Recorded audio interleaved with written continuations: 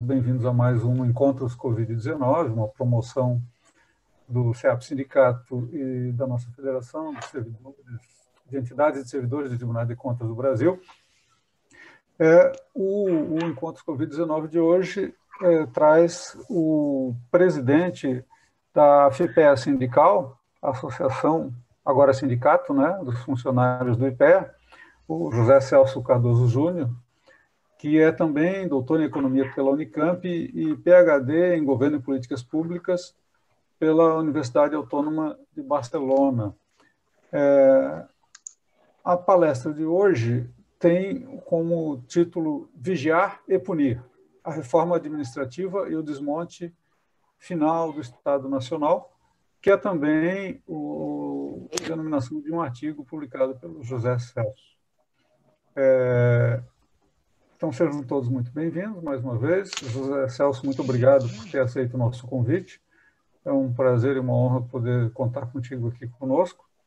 E, de imediato, já passo a palavra para que você possa, enfim, trazer aí as suas formulações a respeito da dita reforma administrativa proposta pelo governo federal. Muito obrigado. Muito bem. Obrigado a todos. Boa tarde, né? Bem-vindos e bem-vindas. Obrigado ao CEAP, aí, por meio do Josué, cumprimentar a todos que estão aí presentes.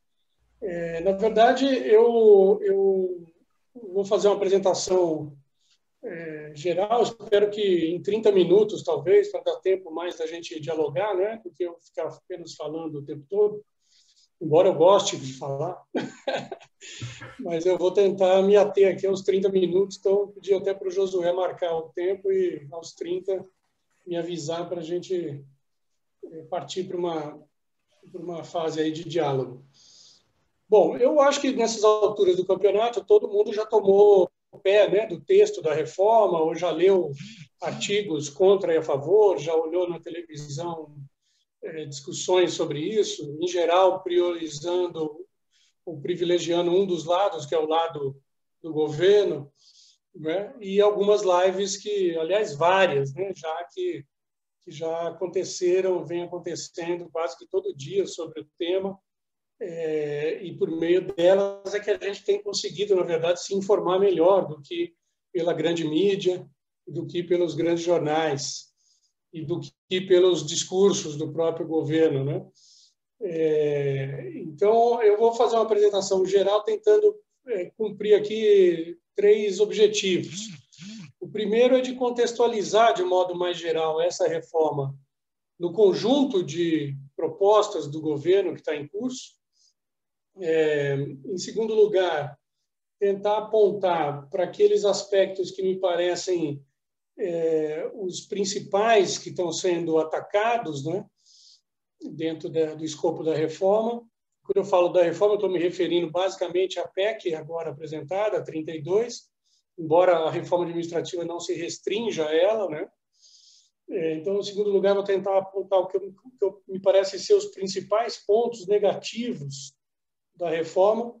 E, em terceiro, se der tempo, falar um pouco sobre o que eu chamo dos fundamentos para a ocupação no setor público e para o bom desempenho institucional do setor público, aspectos esses que eu considero que estão sendo todos eles atacados pela reforma e, portanto, estão todos ausentes da forma como deveriam estar para, de fato, uma reforma alvissareira, né? Uma reforma republicana e democrática. Desde logo, então, não é disso que se trata, né? Que esse é o ponto. Bom, então, a primeira questão sobre o contexto mais geral da reforma, é preciso entender o seguinte, que essa reforma ela é dita administrativa mais como um apelo retórico do que propriamente objetivo, né? Eu digo isso por 2 motivos. Primeiro, porque da leitura atenta da PEC e das implicações que essa PEC deve trazer para o setor público, a gente não consegue derivar como conclusão nada que diga a respeito. Acho que tem gente com o microfone aberto aí, seria bom fechar para não dar ruído aí na volta. Ou seja, da leitura atenta da PEC não dá para a gente derivar nada que seja promissor do ponto de vista da melhoria do desempenho institucional do Estado, não é? Da melhoria da cobertura das políticas públicas, não é? Em termos sociais, em termos territoriais. Ou seja, não é uma reforma de fato administrativa no sentido de buscar a melhoria das condições de organização e funcionamento do Estado. Não é? Nem mesmo a dimensão da eficiência, que é a única que preocupa o governo, o que mobiliza o governo, eu diria que ela está contemplada na reforma, né? Quando muito, a dimensão da redução de gastos, que, em tese, poderia fazer parte de uma reforma visando maior eficiência, mas eu acho que nem isso decorre da proposta. E, portanto, as dimensões da eficácia e da efetividade, muito menos ainda, né? Ou seja, não é uma reforma administrativa para melhorar, e sim para cumprir outros objetivos. Bom, então, que objetivos são esses? Da leitura que eu tenho feito do governo Bolsonaro desde o início, em particular desse tema da reforma do Estado, eu tenho clareza sobre o fato de que essa reforma ela é parte, na verdade, de uma reforma fiscal mais ampla, que está em curso desde 2015, né? Começou com o governo Dilma, com o ministro Levi, continuou pelo governo Temer, e a aprovação da emenda 95, né, que impõe um teto de gastos, é um principal marco desse período, e continuou com o governo Bolsonaro, a aprovação da reforma da Previdência, e agora a reforma administrativa, né? Ou seja, esse conjunto de coisas compõe, na verdade, o eixo central de atuação dos governos Temer e Bolsonaro desde 2016, e se destina a promover uma redução do tamanho do Estado, portanto, um enxugamento do gasto público com a máquina administrativa, por meio, seja de fechamento de órgãos, ou junção ou extinção de órgãos, cargos e carreiras, seja por meio do rebaixamento salarial, né? Ou achatamento salarial. Então, a reforma administrativa, na verdade, ela é parte dessa reforma fiscal mais ampla, né? É disso que se trata. Se trata de reduzir o gasto público com a máquina e, portanto, com os servidores, né? Por isso que os servidores agora são a bola da vez do processo de demonização, né? Ou de culpabilização por um suposto gasto explosivo, fora de controle, etc., algo que eu vou tentar mostrar que não é verdadeiro. Então, esse é que é o ponto, né? Bom, essa reforma fiscal, por sua vez, ela é parte de uma outra coisa mais ampla ainda, né? Ela é parte de um projeto, né? De um projeto de reorganização do Estado, ou da relação do Estado com o mercado, da relação do Estado com a sociedade. Reorganização é essa que vai na linha de priorizar quase que absolutamente o setor privado, né, os setores privados, ou seja, priorizar o mercado como carro-chefe do processo de desenvolvimento, de crescimento econômico, né, e vai na linha de se opor frontal e integralmente ao espírito da Constituição de 88, né? Ou seja, todo esse conjunto de reformas que eu já mencionei, reforma da Previdência, reforma trabalhista, a reforma dos gastos públicos, seja pela emenda 95, seja pelas PECs que estão tramitando, né? 186, 187, 188, e seja agora pela emenda 32, elas compõem esse conjunto de iniciativas no sentido de reorganizar o aparato de Estado, o seu modo de funcionamento e, sobretudo, o seu modo de se relacionar com o mercado e com a sociedade, numa linha oposta, antagônica ao que estava sendo ou tentando se construir da Constituição de 88 para cá. Bom, então, como parte desse projeto mais amplo, há outras dimensões em curso, né? O ajuste fiscal, portanto, dessa magnitude toda é apenas um eixo, o eixo dominante, o eixo econômico dominante do governo. A política econômica do governo se resume a isso, né? Há outras dimensões que eu não vou aqui poder explicar todas, porque demandaria muito tempo, mas são coisas que também estão sendo publicadas já faz algum tempo em alguns artigos acadêmicos ou artigos de jornal. Eu posso até mandar algumas referências. Eu vou apenas citar. Eu classifico como sendo 7 as dimensões que eu considero cruciais para entender e explicar esse processo, então, de desmonte do Estado brasileiro, né, ou de reorganização do Estado brasileiro na relação com o mercado e com a sociedade. São 7 dimensões. A primeira que eu chamo de subalternidade externa, né, que é uma guinada radical da relação do Estado Nacional brasileiro em relação ao resto do mundo, num alinhamento unilateral com os Estados Unidos, num alinhamento que claramente é de subserviência, né, de subalternidade. Então, muito diferente da política externa que estava em construção até 2014, talvez, essa orientação agora busca um alinhamento praticamente único com os Estados Unidos, um alinhamento geopolítico, ainda que o alinhamento econômico seja mais difícil de ser voltado totalmente para os Estados Unidos por conta do peso que a China passou a ter, né, nas relações comerciais, econômicas com o Brasil. Bom, então essa é uma dimensão que diminui os raios de liberdade do Estado brasileiro para definir suas próprias políticas, né, já que ela tem que antes de mais nada, se referenciar ao alinhamento geopolítico e militar aos Estados Unidos. Bom, a segunda dimensão é a da privatização, né, que é a nossa velha conhecida privatização dos ativos estatais, das empresas estatais, num ritmo e numa forma completamente descabida, no meu modo de ver, já que você não faz privatizações a toque de caixa, vendendo ativos da importância estratégica, como são as estatais brasileiras, a preços aviltantes, né, em condições muito precárias e num ritmo e num conjunto de procedimentos bastante antirrepublicano, para dizer o mínimo, né, num contexto de crise mundial, de reorganização, né, da geopolítica mundial, o país abrir mão de recursos estratégicos como a Telebrás, a Petrobras, os Correios, etc., né, em nome de uma ideologia de mercado, como se ela fosse capaz de suprir ou de substituir o peso do Estado e o papel do Estado no processo de desenvolvimento, ainda mais no século que a gente está vivenciando, né, de hipercomplexidade, de hiperglobalização, etc.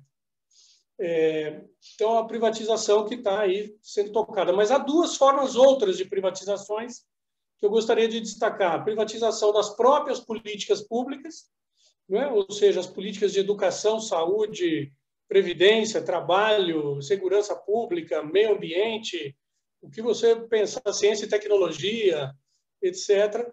Ou seja, uma privatização por dentro dos próprios ministérios, da própria estrutura institucional vigente das políticas, né, que se dá por um favorecimento dos entes de mercado, por uma mudança das composições dos conselhos de políticas públicas, que visam a favorecer apenas os interesses de mercado. O exemplo mais recente é esse do CONAMA, né, do Conselho Nacional do Meio Ambiente, que tentou ser barrado pela justiça e logo veio uma liminar derrubando. Enfim, mas isso é muito claro na educação, na saúde, na previdência. O objetivo é tornar essas políticas pró-mercado no sentido de privatizar o acesso, né, de tornar esses mercados rentáveis das políticas públicas mercados de acumulação, né, para setores privados, né? E isso ajuda a explicar um pouco lá na frente uma das coisas da emenda 32 que eu vou mencionar, né? Então isso também está em ritmo acelerado por dentro e pouca gente percebe o que está acontecendo. A terceira forma de privatização é a das próprias finanças públicas, né? E eu vou me referir a isso mais para frente também, mas eu chamo aqui de privatização das finanças públicas um processo que tem 2 caras e que corre em simultâneo já há algum tempo, mas sobretudo desde 2016 para cá. né? Ou seja, de um lado, um conjunto de emendas constitucionais e legislações infraconstitucionais que vão tornando rígido, né, difícil o gasto real, o gasto primário, né, a execução do gasto primário. Né, vão se tornando proibitivos, né, os movimentos de realocação ou de aumento do gasto primário. É em torno desse aspecto que recai toda a ênfase do ajuste fiscal permanente que a gente está vivendo desde 2015, 2016. Né? A emenda 95, na verdade, mais atrás, a própria lei de responsabilidade fiscal e as PECs que estão tramitando agora, todas vão nessa direção. Né? De tornar rígido, difícil, limitado e até mesmo no sentido de se criminalizar o gestor que pratica ou que ultrapassa determinados limites nesse campo. Bom, de outro lado, na paralela, um conjunto de normativos, emendas constitucionais, infraconstitucionais, que vão tornando o gasto financeiro cada vez mais flexível, favorecido, privilegiado e blindado do ponto de vista, inclusive, dos ilícitos criminais, dos ilícitos financeiros criminais, lavagem de dinheiro e coisas que tais. Então, basta ver, por exemplo, a redação da emenda 95, não é? Que limita o teto primário, do gasto primário, mas não há nenhum teto superior ao gasto financeiro. Aliás, há uma priorização para que se role a dívida, né? Se emitam títulos, enfim, se pague tudo o que for devido ao gasto financeiro.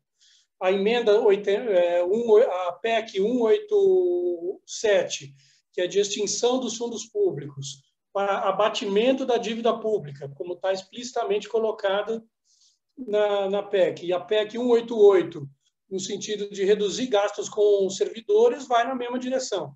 Né? De modo explícito, isso está assumido nos textos dessas propostas de emenda. Então, veja, há um tratamento diferenciado, e sendo que o gasto financeiro, desde logo, é um gasto corrente, como pagar água, luz e servidores. Certo? Você precisa financiar também. E ele é financiado com recursos, né, orçamentários de modo crescente e sem limite superior já há muitos anos. Né? Cerca de 1 trilhão e tanto por ano para essa rolagem. Né? Bom, o fato é que isso cria um tratamento diferenciado com implicações muito graves, né, para o crescimento econômico e para a capacidade do Estado de fazer política pública. Né? O constrangimento aos gastos reais, aos gastos primários, implica no amortecimento de um vetor de demanda agregada, de demanda efetiva, que vem, né, que se realiza por meio do Estado, por meio das políticas públicas, transferências de renda, investimento público, etc. O gasto financeiro, por sua vez, ele é estéril do ponto de vista do crescimento econômico. Né? Aliás, um estudo antigo do IPEA que tentou calcular as elasticidades de crescimento do PIB, comparando o gasto real, né, o gasto primário, com o gasto financeiro, mostrou que todo o gasto real, mesmo os mais concentradores de renda, estimulam o PIB em mais de 1%, mais de 1, né, em termos de elasticidade. Ou seja, para cada R$1 gasto pelo Estado, com políticas públicas, que implicam em gastos efetivos, gastos reais, o PIB cresce e a arrecadação também cresce mais de 1. E essa relação é negativa, é menor que 1, quando você faz essa conta usando o gasto financeiro.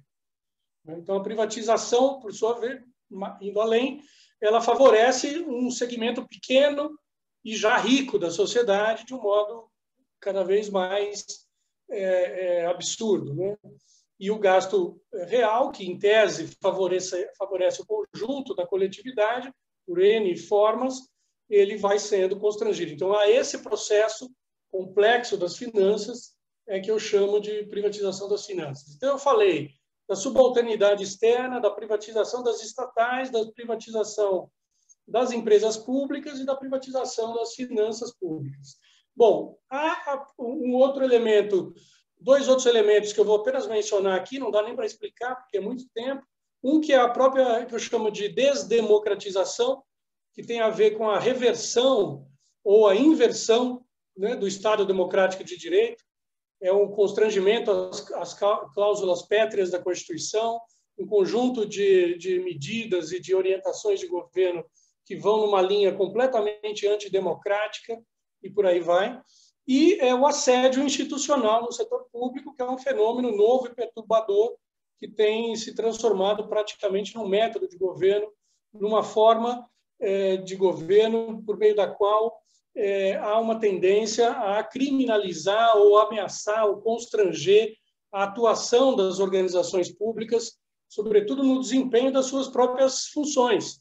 Alguém aqui, antes de começar a live, mencionou o caso do fiscal do IBAMA, né? Exatamente isso, quer dizer, o IBAMA sendo assediado, a FUNAI, o CNPq, a CAPES, as universidades públicas pela ingerência ou intervenção que vem acontecendo com relação aos reitores, e, enfim, poderia citar aqui mais uma infinidade de organizações que estão sofrendo esse mesmo processo.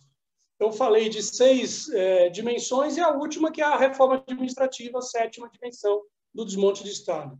Então, a reforma administrativa, ela é uma dessas dimensões que apontam nessa direção que eu chamo do desmonte do Estado Nacional, mas que os liberais chamam da reorganização, né, da estrutura e forma de funcionamento do Estado, né, e que, por sua vez, tem uma história também que remonta a um tempo mais antigo ainda do que a própria apresentação da PEC 32. Então, entrando especificamente na reforma administrativa, é preciso entender isso, que a reforma que foi apresentada, ela é um componente da reforma administrativa que já está sendo implementada na prática também desde do governo Temer, né? Basta dizer que, por exemplo, a reforma trabalhista, aprovada ainda no governo Temer, ela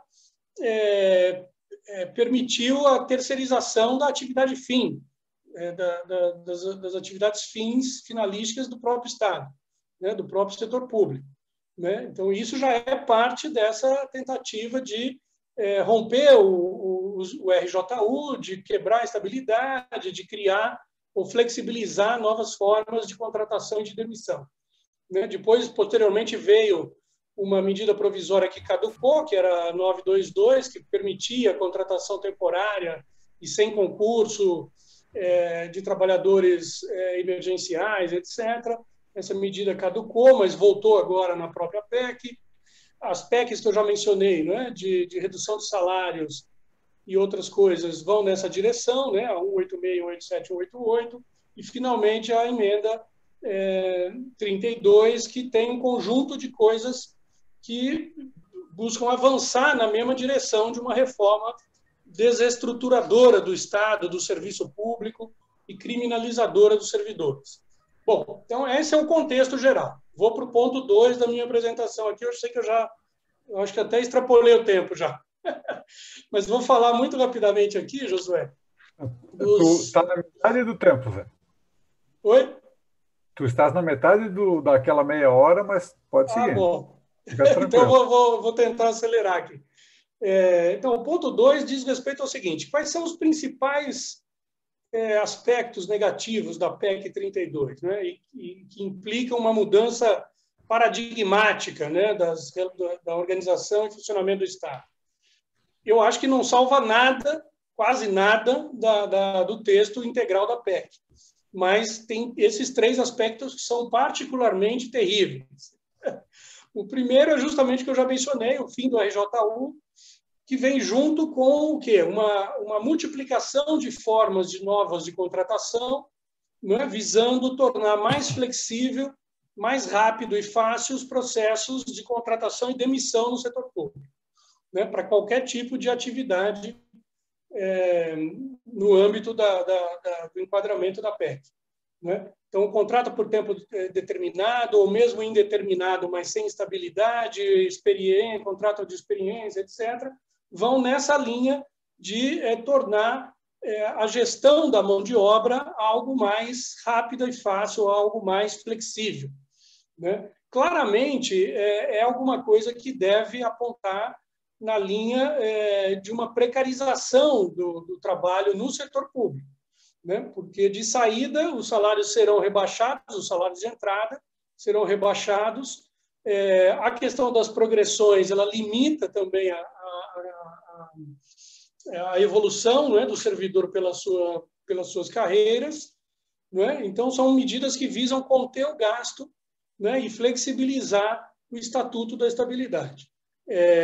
Então, a diferenciação, tanto ocupacional como salarial, que já existe dentro do setor público, e não é pequena, deve aumentar com essa situação. Tem uma série de outras implicações relativas ao ambiente de trabalho, ao convívio de pessoas com estatutos jurídicos diferentes, realizando funções equivalentes e ganhando diferentemente, ou então tendo, né, cobertura ou proteção contra a demissão diferenciada. Enfim, tem uma série de problemas no que diz respeito ao ambiente de trabalho, à gestão da força de trabalho e ao próprio desempenho das funções, que são mais ou menos claros de se perceber, né? Bom, há um segundo problema gravíssimo, que é o tal do princípio do Estado subsidiário, não é? Ou seja, a introdução do princípio da subsidiariedade como princípio prioritário, o carro-chefe para a organização da provisão de políticas públicas, né? Para o oferecimento de bens e serviços públicos por parte do Estado. Como a gente sabe, a Constituição de 88 havia sugerido a ideia de um projeto de desenvolvimento, né, de combate à pobreza, desigualdades, etc. Projeto esse que dependia grandemente de um Estado forte, capaz, ativo, né, para oferecer políticas públicas, né, num raio amplo de áreas de atuação, pelo território nacional, segundo princípios de universalização do acesso, cobertura, gratuidade, integralidade da política, etc. E o setor privado, desde a Constituição, ao setor privado caberia um papel complementar, a ele sim um papel subsidiário, né, nessa provisão. Mas desde a Constituição, a bem da verdade, nunca o setor público e o setor privado conseguiram se entender, né, sobre o grau de complementariedade entre as atuações respectivas. De modo que, ao longo do tempo, foi crescendo a participação do setor privado, né, sobretudo nesses setores rentáveis das políticas públicas, educação, saúde, previdência, segurança, etc., numa lógica de competição com o Estado e não de complementação. E agora, com essa medida, com esse princípio, com a introdução desse princípio da subsidiariedade no texto constitucional, dá-se um passo adicional na linha, no sentido de sacramentar uma visão de Estado e de política pública que ancora no setor privado a principal responsabilidade por essa provisão. Obviamente, doravante, é de se esperar que as políticas públicas não sejam mais públicas no sentido de universais e gratuitas, né, mas que passem a serem estratificadas segundo a capacidade de renda e de compra pelo mercado desses bens e serviços, né, nessas áreas todas. Bom, e, evidentemente, esse princípio, esse aspecto inverte, né, todo o sentido, todo o espírito original da Constituição de 88, e por isso que um dos aspectos que eu mencionei lá atrás é esse, né, da inversão ou da reversão do Estado Democrático de Direito, que incorpora essa dimensão. Em terceiro lugar, né, a terceira coisa que me parece bastante grave é também a ideia de se transferir ao presidente da República, né, um poder discricionário absoluto, praticamente absoluto, no sentido dele poder decidir sobre criação ou extinção de órgãos, carreiras e cargos, fusão, né, de órgãos, carreiras e cargos, ou criação, ou destruição, ou fusão, né? Evidentemente, isso torna o Poder Executivo um poder um superpoder, né, frente aos demais poderes legislativo e judiciário. Além do que, isso abre uma avenida para um conjunto de mandos e desmandos e de descontinuidades de políticas públicas, né, já que, por exemplo, com o exemplo que foi citado aí nos bastidores antes da gente começar, né, o Bolsonaro poderia simplesmente ter extinto o IBAMA e acabado logo com essa bobagem de fiscalização ambiental, né? O mesmo vale para a fiscalização do trabalho, que já vem sendo aviltada desde a extinção do Ministério, aliás, desde o governo Temer, sobretudo, com a reforma trabalhista e mais ainda agora com a extinção do Ministério do Trabalho, né? Isso vale para, enfim, todo o pessoal da FUNAI, por exemplo, que está numa guerra, né, contra a política de genocídio indígena que está em curso, e por aí vai. Universidades públicas, institutos de pesquisa, o INPE, né, que é o caso notório, e o IBGE, que está sofrendo um assédio institucional também por conta do censo. Enfim, há exemplos inúmeros sobre isso que a gente poderia mencionar aqui. Bom, então, resumindo esse segundo ponto meu, eu poderia citar outras coisas que são terríveis da PEC, mas essas três coisas me parecem que já são suficientes para mostrar o seguinte: essa reforma, essa proposta de reforma, ela é antirrepublicana na sua essência, já que formulada não só em bastidores do governo, na articulação com o Congresso, né, com o Centrão, mas, sobretudo, formulada por meio de contratações via consultorias privadas, que pouco conhecem, né, sobre a real dimensão do Estado brasileiro, dos problemas e das soluções para o Estado brasileiro. Então, é um trabalho de encomenda do mercado, né, para o mercado, do mercado, com o mercado, né, o que caracteriza... bom, e as medidas em si caracterizam um conjunto de proposições de natureza antirrepublicana, porque diminuem a transparência, diminuem a capacidade de controle social, de controle público sobre os atos de governo, sobre as contratações e demissões, né? Abre o flanco grande para o assédio moral e o assédio institucional no setor público, e por aí vai.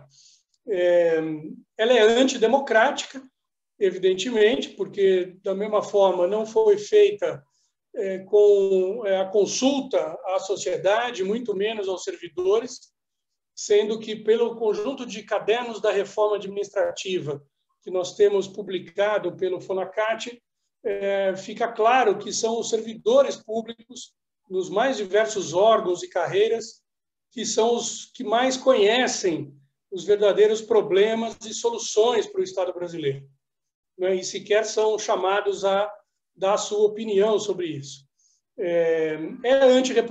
Antidemocrática também pelo fato de que se pretende fazer uma tramitação no Congresso, uma tramitação rápida, uma tramitação atípica, já que o Congresso ainda permanece operando, né, em condições de fechamento, né, ou seja, audiências públicas virtuais, etc.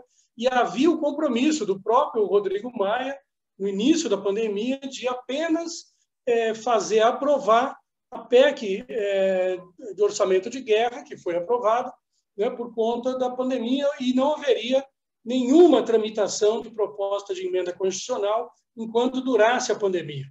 Como já ficou claro que a pandemia não vai embora do Brasil tão cedo, né, eles resolveram simplesmente ignorar esse compromisso e estão tentando agora tramitar todas as outras PECs, essas, sobretudo, que dizem respeito ao corte de gastos com os servidores, né, e de uma forma expressa, né? Portanto, sem sequer seguir os trâmites e os ritmos e os procedimentos mínimos congressuais previstos.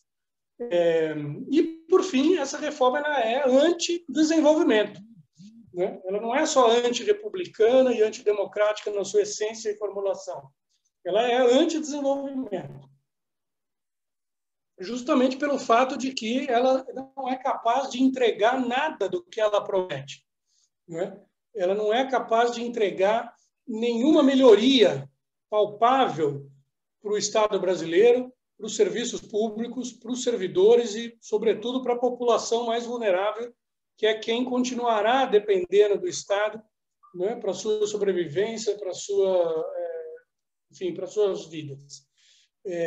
Então, evidentemente, o impacto final dessas medidas deve ser não só uma piora dos serviços públicos, mas uma piora das condições de vida, de reprodução social, que evidentemente afetam, né, o próprio crescimento econômico, a própria vamos dizer, coesão social, né, as próprias condições de enfrentamento da crise econômica, sanitária na qual a gente está metido, né, e não se aponta nenhuma possibilidade de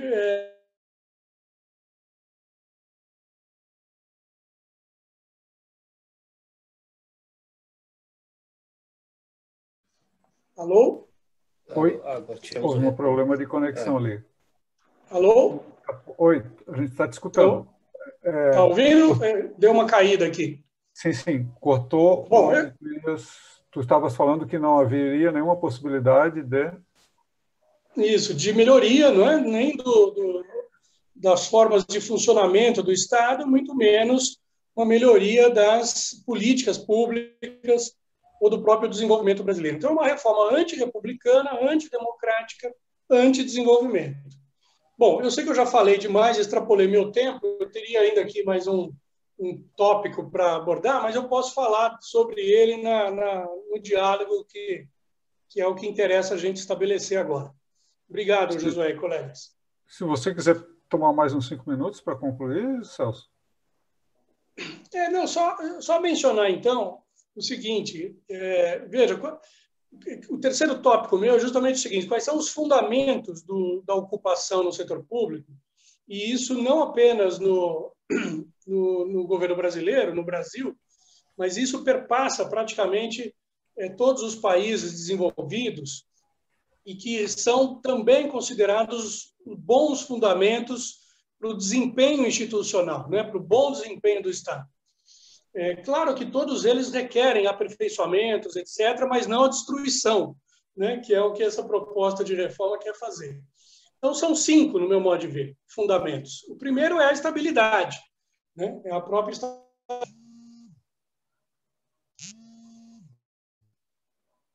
Alô?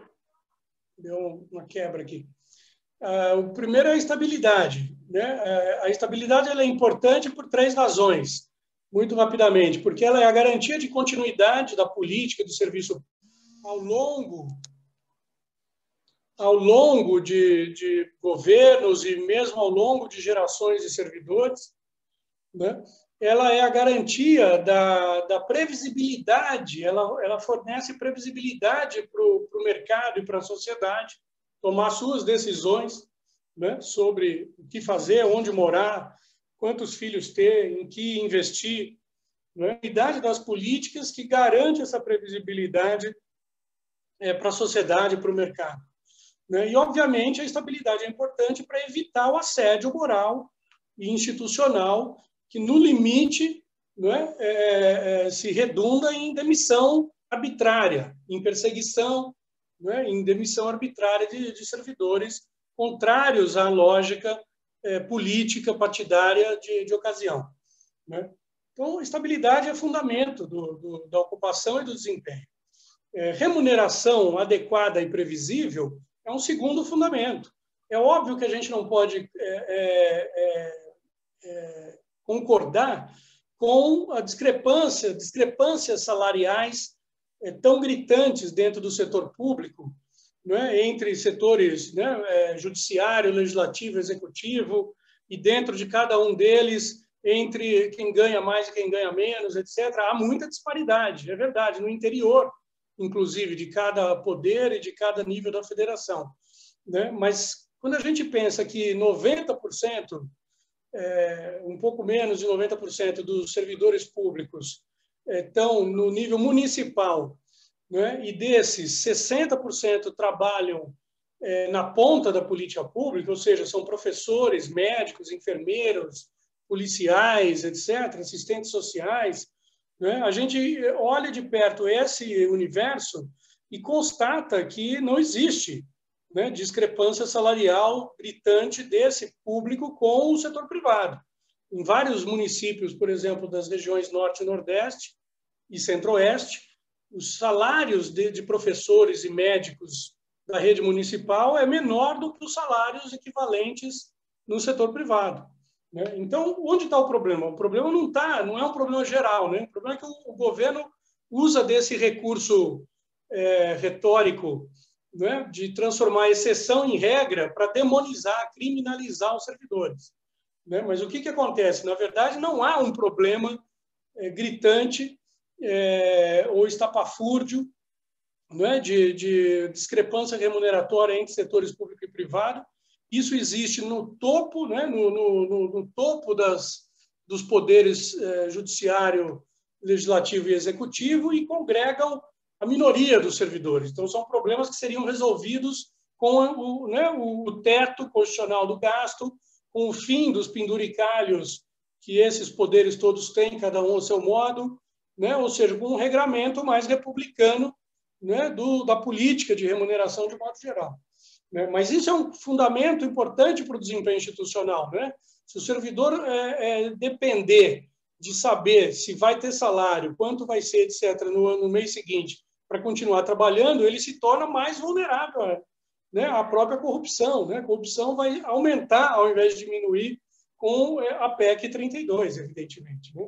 Já que não só os salários serão menores, como haverá uma disputa, né, uma concorrência entre servidores pela progressão, pela ocupação de cargos de confiança e por aí vai, né? Bom, a capacitação, né, a qualificação elevada de entrada por meio de concurso público desde 88 e os processos de capacitação ao longo do ciclo laboral, né, são um terceiro fundamento, né? E isso é importante dizer porque é disso que depende o aperfeiçoamento da função pública, do servidor, né, e da própria prestação de serviço que se faz da ponta, né? É isso que explica, por exemplo, os ganhos de eficiência, isso mesmo, os ganhos de eficiência do setor público, se a gente compara hoje com 30 anos atrás, né? Você tem o mesmo estoque de servidores hoje que você tinha 30 anos atrás. E, no entanto, hoje o Estado brasileiro oferece muito mais bens e serviços do que há 30 anos atrás. Então, há um ganho de eficiência, que depende dessa capacitação e depende da profissionalização da função pública, né? E ela se explica também pela mudança de composição interna, né, que houve nesses 30 anos. Você tem hoje muito menos servidores administrativos, né, realizando trabalhos de secretaria e intermediários de qualquer tipo, e muito mais servidores ligados às funções finalísticas, né, de cada área. Então, isso, na verdade, é um ganho que vem desse processo, né, de estabilidade, de remuneração e de capacitação. Bom, a cooperação é o quarto fundamento, a cooperação e não a competição, como quer a reforma gerencialista do governo, né? A cooperação é o fundamento de organização e funcionamento do trabalho no setor público, muito mais do que a competição. Por uma razão simples, o que o Estado produz são bens públicos, bens coletivos, né? Educação, saúde, segurança, né? Ou seja, para você oferecer esse bem que não é individualizável, né, você precisa de um ambiente de trabalho específico, fraternal, colaborativo, cooperativo. A competição introduzida nesse tipo de ambiente, ela distorce a finalidade última do órgão, da política pública e, portanto, piora, ao invés de melhorar o desempenho institucional. E, por fim, em quinto lugar, a própria liberdade de organização sindical, de autonomia de atuação dos sindicatos no que diz respeito ao financiamento e atuação. É bom lembrar que não há nenhuma coisa explícita na PEC sobre isso, mas o governo vem tentando, há vários anos, restringir, né, as possibilidades de organização, de financiamento e de atuação sindical no setor público, numa clara tentativa de quebrar a capacidade de organização e de mobilização coletiva né, no setor público e, com isso, facilitar a tramitação da própria reforma e dessas coisas todas. Então, essas coisas todas são importantes de ter claro, porque justamente os 5 fundamentos que eu mencionei estão sendo 5 atacados com esse conjunto de reformas chamada administrativa. É preciso, portanto, intensificar o nosso diálogo com as nossas bases associativas, sindicais, né, para informar, qualificar o debate e voltarmos a ter capacidade de mobilização, de ação política, né, e de mobilização coletiva para enfrentar esse desmonte. É isso. Obrigado, José. Desculpa o tempo.